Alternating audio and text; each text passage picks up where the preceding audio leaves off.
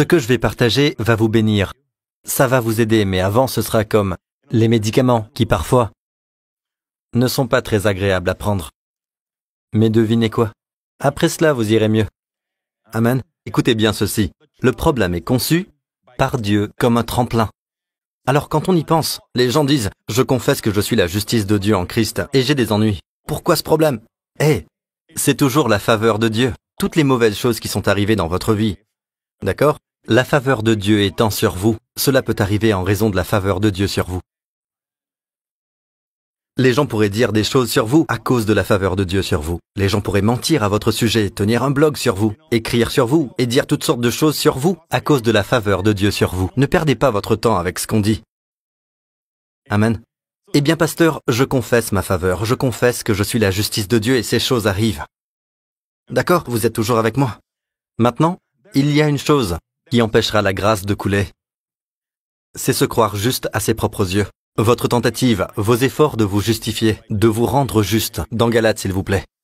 Vous êtes séparés de Christ, vous tous qui cherchez à être considérés comme justes dans le cadre de la loi. Considérer comme juste, c'est être rendu juste. Le moment où vous cherchez à être considéré comme juste, le moment où vous cherchez à être considéré comme juste dans le cadre de la loi, vous êtes déchus de la grâce. Vous êtes déchus du royaume où la grâce vous retient, où la grâce peut vous aider, où la grâce pourvoit, où la grâce vous couvre. Vous êtes déchus de la grâce. La grâce est plus élevée, sinon vous ne pouvez pas en être déchu. La loi est plus basse, sinon vous ne pouvez pas y tomber. Regardez à 2 Corinthiens 6, verset 1. Puisque nous travaillons avec Dieu, donc nous pouvons être déchus de la grâce en cherchant à nous considérer comme justes, en essayant d'être justes à nos propres yeux, d'accord? En essayant de faire des choses pour nous rendre justes, au lieu de recevoir la justice comme un simple don.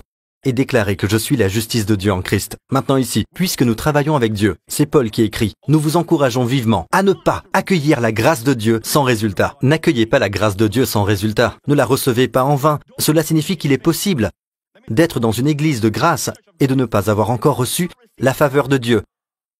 Ne la recevez pas sans résultat. Sans résultat signifie qu'il ne produit aucun résultat dans votre vie. Mais comment faire pour ne pas la recevoir sans résultat? Remarquez ceci, le verset 1. Et ça commence par « puisque », ce qui veut dire que nous devons regarder le verset précédent. N'ai-je pas raison? Il s'est passé quelque chose précédemment, c'est logique. D'accord. Donc à l'origine, quand Paul a écrit ces lettres, il n'y avait pas de chapitre. Voyons donc le dernier verset. Vous connaissez le verset précédent?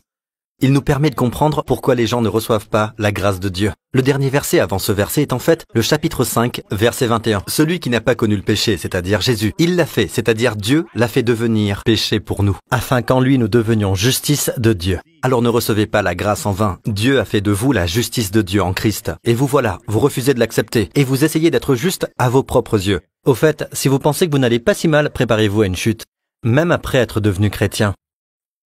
Parce que, subitement, il y a comme un déferlement de choses que vous dites à votre femme, à votre famille, que vous n'avez jamais pensé dire même avant d'être chrétien. Tout à coup, vous avez un déchaînement des passions de la chair qui vous pousse peut-être à vous adonner à la pornographie.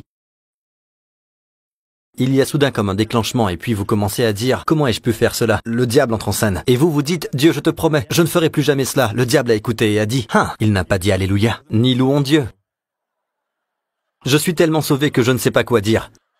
Mais lui, il se réjouit. Le diable se réjouit. Il se réjouit au moment où il vous entend dire « Dieu, tu sais que je ne ferai plus jamais ça. » Et vous le pensez. Mais ce n'est pas la bonne chose à dire, car c'est une forme de justice de soi.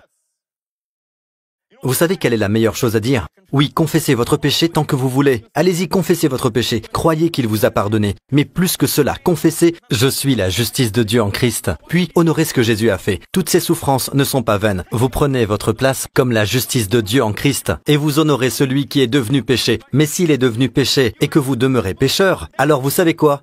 En ce qui vous concerne, c'est sans résultat. En ce qui concerne Jésus, il est attristé. Imaginez que vous n'êtes qu'un écolier et que vous vous êtes donné de la peine pour gagner de l'argent, pour acheter un cadeau à votre père, de l'argent durement gagné. Vous voulez lui faire une surprise et enfin, vous lui donnez le cadeau, il le regarde et dit « C'est bon marché, n'est-ce pas ?» Et la prochaine fois que vous le voyez, on l'a mis à la poubelle. Il ne l'utilise pas, ne le chérit pas. La plus grande chose que vous pouvez faire envers Dieu pour l'honorer, c'est de prendre votre place, car il a pris sa place. Et quelle est la place que vous devez prendre, qu'il vous a donnée? La justice de Dieu en Christ. Pas parce que vous êtes si génial. C'est un don. Il n'est pas devenu péché en commettant le péché. Vous n'êtes pas devenu juste en faisant la justice. Donc, si vous pensez que vous n'êtes pas si mal, même après être devenu chrétien, attendez-vous à une chute. Et la chute est bonne pour vous. Elle vous fera perdre le sentiment de vous croire juste à vos propres yeux.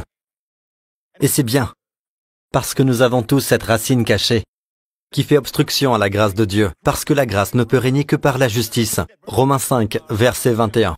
Ainsi, de même que le péché a régné par la mort, de même la grâce, la faveur de Dieu, la grâce règne par la justice pour la vie éternelle par Jésus-Christ notre Seigneur. Vous voulez que la faveur règne dans votre vie, qu'elle règne en roi dans votre vie. Voulez-vous que la faveur de Dieu règne chez vos enfants? Voulez-vous que la faveur de Dieu règne dans vos affaires, qu'elle règne dans votre famille? Amen. Que la grâce de Dieu règne dans votre corps. Voulez-vous cela? Elle ne règne, en grec on dit dia, que par les justes, à travers la justice. Mais si vous ressentez la conscience du péché, je ne comprends pas comment j'ai pu faire cela. Mon Dieu, je suis vraiment désolé. Je promets de ne plus jamais le refaire. Ou encore, la prochaine fois, je ne le ferai pas. Tout cela est une forme de justice de soi, essayant d'expier vos péchés par vos propres efforts. Lorsque vous êtes sur le point de chuter, la chose la plus humble à faire, c'est de dire au Seigneur, « Seigneur, je reconnais mon péché et je reçois ton pardon. Et je déclare que je suis la justice de Dieu en Christ. » Et je vous le dis, vous vous en sortirez sans effort. Or, le diable projeta de faire le mal. Mais tout est maintenant renversé. Maintenant, vous appréciez encore plus la justice et vous avez une plus grande crainte de votre chair.